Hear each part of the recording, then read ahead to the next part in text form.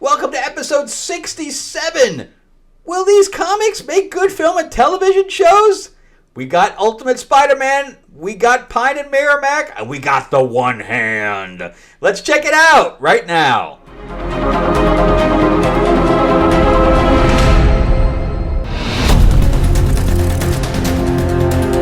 Welcome back to the channel, everybody. We are on episode 67. Can you believe it? We are pumping right along. So welcome to the channel, and I am your host, Frank Zanca. I'm an award-winning screenwriter, novelist, and comic book writer, and hopefully a working live producer soon. I'm trying to help raise some money for these projects that I got kind of settled up here since I just moved to Atlanta, and we have another strike that may be happening with the Yahtzee, so everybody's kind of holding back, and I don't know, I'm ready to go to work. So I'm just trying to build it myself at this point. All right, so let's jump into this. But before we do, remember to give me a like and subscribe. And remember that we have Lords of LA in late pledge right now. And the Indiegogo link is in the description below. If you can help me out there, that'd be greatly appreciated. This is my vampire mob set in 1950s Hollywood. Special appearance by Marilyn Monroe and Barbara Stanwyck. And we have plenty of sex and violence and gore and anything you'd want in a vampire story.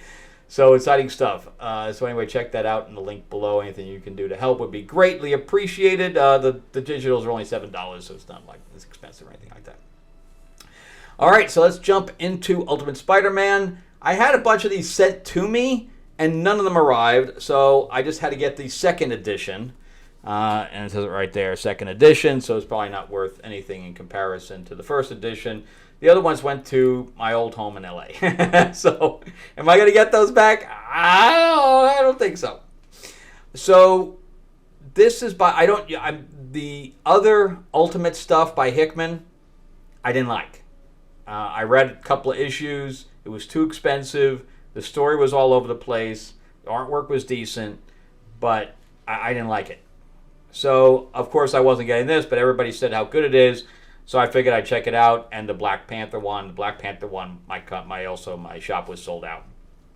So we start out with Peter, and he's in, a beard, which was very odd to see. I don't think I've ever seen Peter with a beard. And this, I got to say that this was there's not a whole lot of action here. This is all exposition. In fact, this could have been cut down. There was just a lot more dialogue and scenes that were needed for the story. And with comics, you really have to be economical. Not that I'm telling this guy how to write, because this guy is a god for some of these people who collect comics. So, but it is very cinematic. So I'll say that right off. So the storyline is that he is not have his powers. So the other storyline that kind of led up to this in the Ultimates books is that the Mr. Fantastic, who's evil, the Thinker or something like that he's called, is he wiped everybody out. There is no superheroes. He's like, no superheroes, and he changed everybody's past. So there's no superheroes right now, including Peter, so he doesn't have his powers. And I think him drawing Mary Jane actually looks really good. I think the artwork in here is just very good. And it's good to see them, because I know a lot of people saying, why can't we have them as a couple, and they have kids in here, and I think that's what everybody's been waiting to see, and just Marvel just hasn't been giving it to them. So now we have the Ultimate Universe where we have this.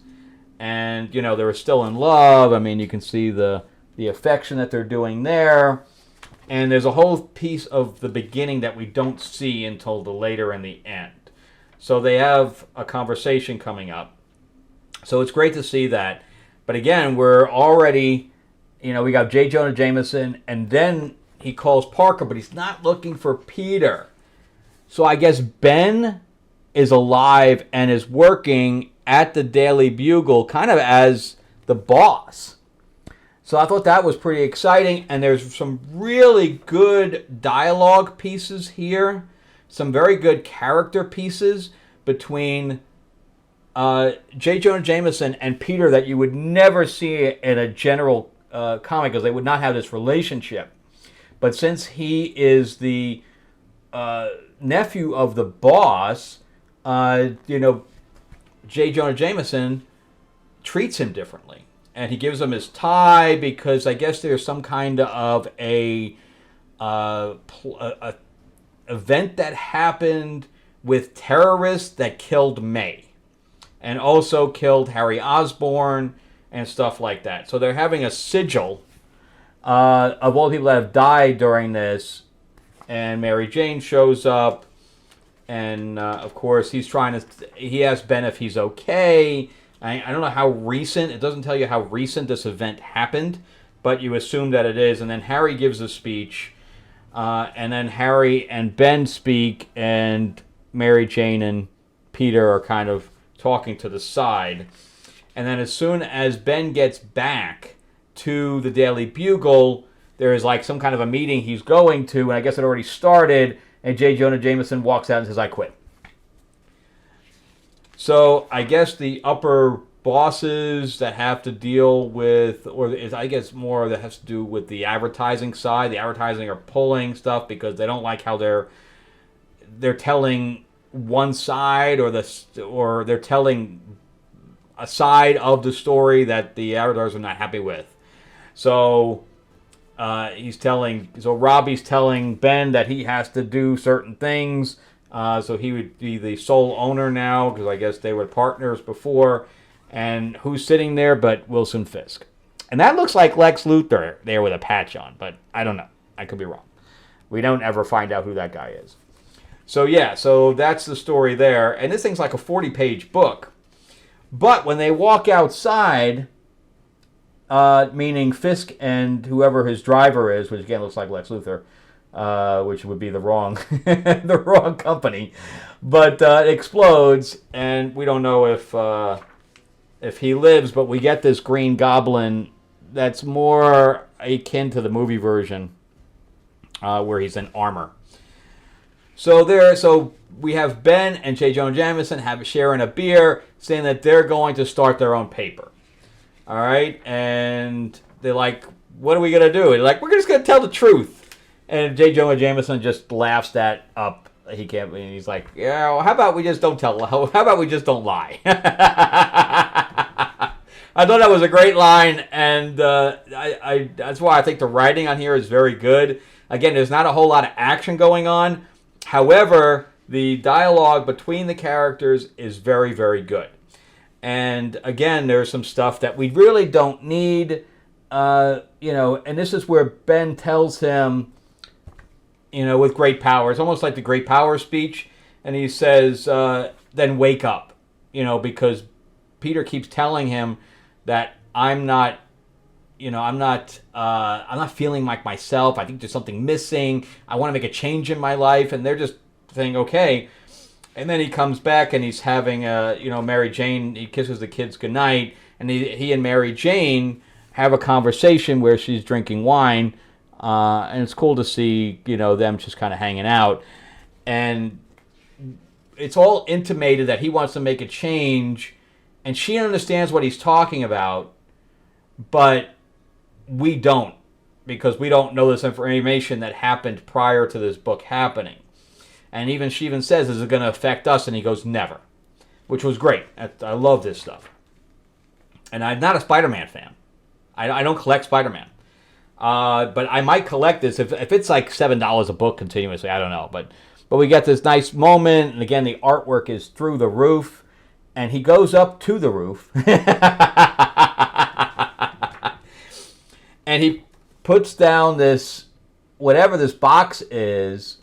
And Tony Stark, I guess, was part of this thing with the terrorists. I don't know anything that's going on. But anyway, Iron Man shows up, and it's a recorded message from a young Tony Stark.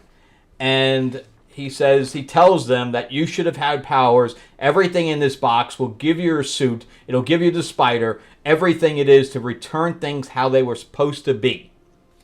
And this ball opens up, and there's the vial with the spider, and the spider bites him, and he's seeing, both Ben and MJ telling him to do this. And the last scene we see is Spider-Man on the roof. We don't see the costume or anything like that. So,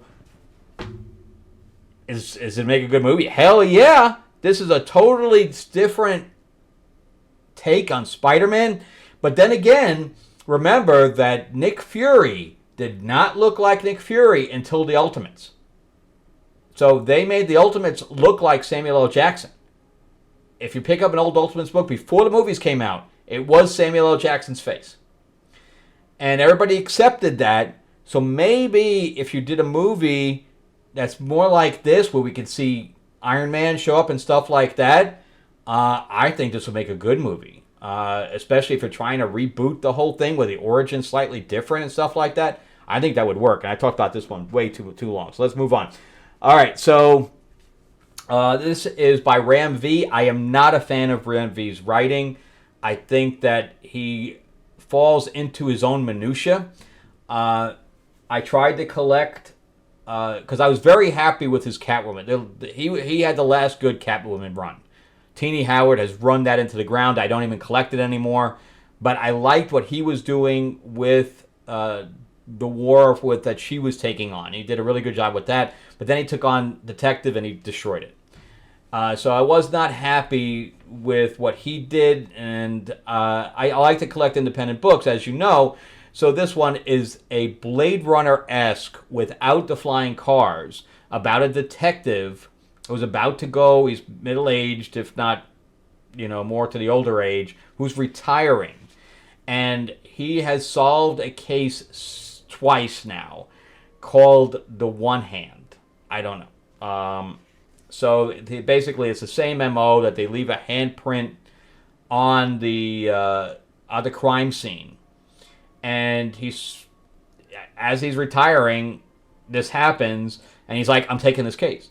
And she's like, the captain's a female. I says, I can't let you do that. You're already retired. Here's your watch. You're done. And he's like, no, I'm not. And she's like, the only way I can do that is to keep you on as a consultant, but you have to have a partner. He's like, God damn it. So the artwork is good for this noir-looking thing, because that's what it is. It's basically a futuristic noir. I wish there was a little bit more futuristic stuff in here. And we get all these symbols on the wall, right, and see the handprint, right? And then there's some kind of a body there that's kind of all mangled up. So, yeah, so this is why it looks kind of Blade Runner-y. If I can get some light on that. And he says everything else looks the same as the previous murders, except for this bottom portion of it. This bottom symbol was not the same. So, his partner here or whatever else gives him the finger. I don't know.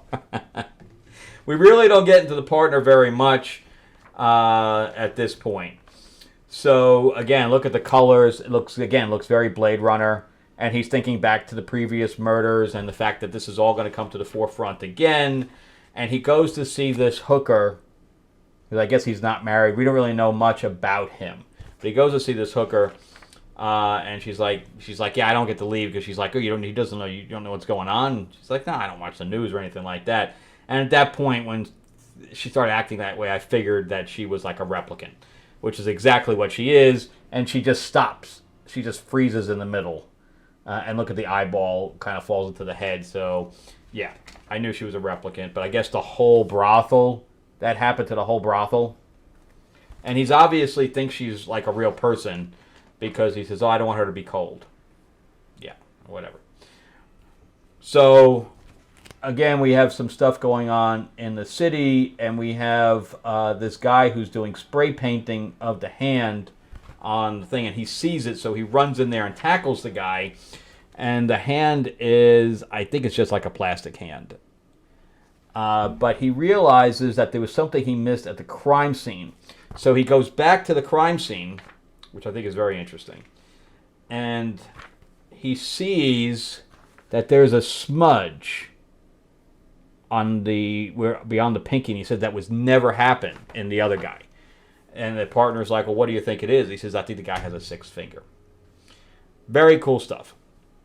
So I don't know if it's because the next one's like the sixth finger or something like that, and it's number 1. So I don't know if each one of these things is going to be a number 1, which I find is kind of strange. So I don't know what's going to happen there, but I like it so far. I like it.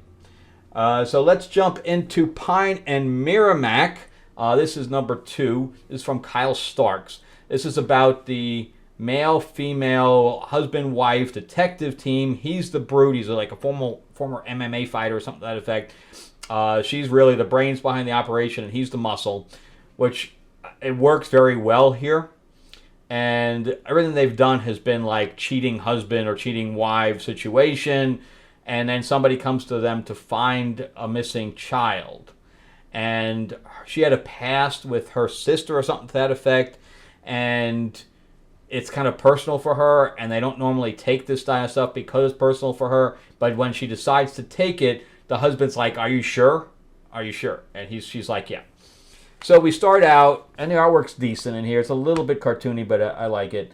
And she's drinking coffee, and we find, that they put her name wrong. Her name is like Lene or something like that, and the name on the coffee comes up as Linda. She's like, "I'm in here every day." But then we find out that it's actually the wife of one of the people that she got cheating, and she got taken off the, she got divorced and is no longer any money, so now she's got to work as a waitress. She's like, "Did you make this coffee?" And she's like, "Yep." And she's like, "All right." She throws it away. I thought that was pretty interesting. But the relationship between the husband and wife is very good, even though the eyes on that, come on, man. See, that's her realizing something, but that expression, if I was the editor on that, I would not have let that go. But the boat here is great. So that was her finding out and realizing she knew somebody that has a boat, because they have to go to this island. And yes, we're talking about kind of the Epstein Island situation. Yeah, so it's not lost on me that this is what we're talking about here. So anyway, we find out that there might be some sort of kid trafficking going on. And so they're all kind of blacked up to go onto this island in the dark, and they run into guards already.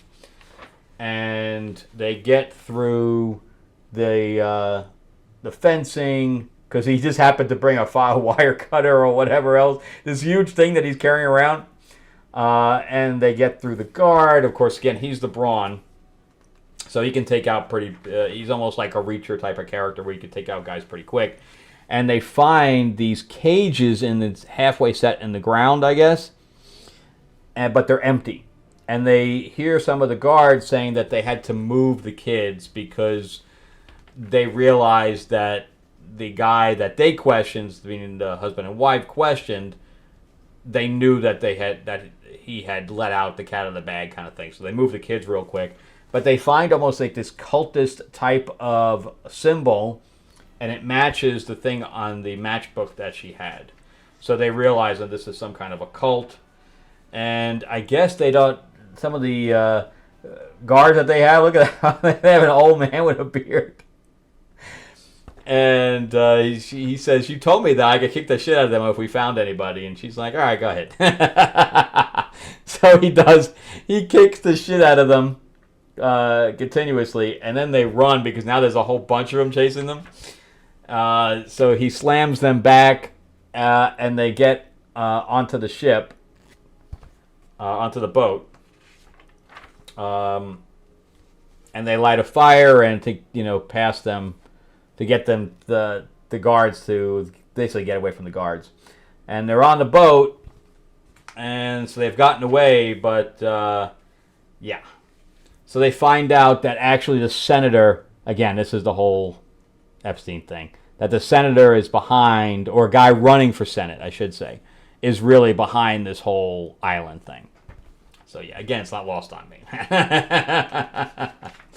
But I love it. It's great. I have no problem with them talking about child trafficking, which is a serious problem. I love Sound of Freedom. I thought it was great. I had to have a review for that. And on top of that, the artwork is decent. The characters are decent. So let's do a recap real quick. All right, so we got Pine and Merrimack. I'm going to say yes, liking it. Yep, it's still continuing to go, and the characters are really good. One Hand, yeah, Ram V. Okay, so far so good. And then Ultimate Spider-Man, really liked it. really liked it more than I have liked any other Spider-Man book that I've read probably in a very long time. So, again, I don't read many, so there's that. All right, thank you guys so much for watching. I really appreciate it. Remember to give me a thumbs up or the middle finger, whatever way you like to go. Please subscribe if you're new, and if you are new, thank you for watching all the way through with my tirades. And remember that Lords of LA, my vampire mob set in 1950s, the link is in the description below. Please support it if you can. And on top of that, Mark Spears and I are working diligently to get our card game, our classic Monsters card game off the ground. We will be launching that to Kickstarter here in the next few months. I forgot that it was Chinese New Year. I'm like, why isn't my manufacturer getting back to me? Duh. They closed down for 3 weeks. All right, well, check out some of my other videos as well. And you guys have a great week. All right, bye-bye.